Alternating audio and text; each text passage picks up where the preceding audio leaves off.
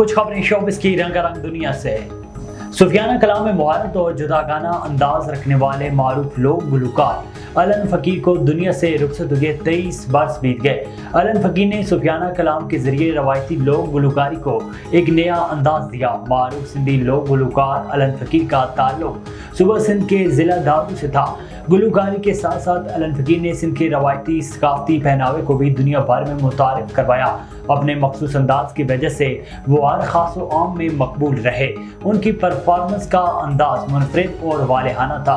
उनकी गुलकारी का बड़ा हिस्सा सिंधी ज़बान पर मुश्तमिल है, मगर उनके उर्दू में गाए हुए गीत भी रिकॉर्ड तोड़ मकबूलियत कमाने में कामयाब रहे। ईद उल अज़हा पर नुमाइश के लिए पेश की जाने वाली फिल्मों में भारतीय पंजाबी फिल्म ने सबको पीछे छोड़ दिया। पाकिस्तान में ईद उल अज़हा के मौके पर मजमूई तौर पर 7 फिल्में नुमाइश के लिए पेश की गईं। ज़राए के मुताबिक ईद के पहले दिन पाकिस्तानी फिल्मों को फ़रोग़ करने के लिए ज़्यादातर सिनेमा घर में पाकिस्तानी फिल्मों को नुमाइश के लिए पेश किया गया। भारतीय वेबसाइट के मुताबिक भारतीय पंजाबी फिल्म कैरी ऑन जट्टा 3 ने मजमूई तौर पर पाकिस्तान में 225,000 अमरीकी डॉलर्स का बिजनेस किया, जो कि पाकिस्तानी करेंसी के मुताबिक 6 करोड़ की रकम बनती है।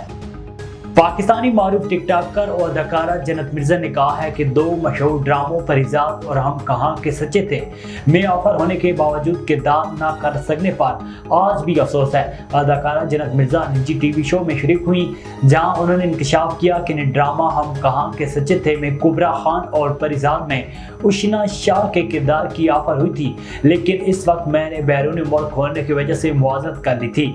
उन्हें बताया कि मुझे कहा गया कि आपको ऑडिशन के लिए पाकिस्तान आना पड़ेगा, लेकिन मैं नहीं आई, जिसका अब अफसोस है कि काश मैं पाकिस्तान में होती।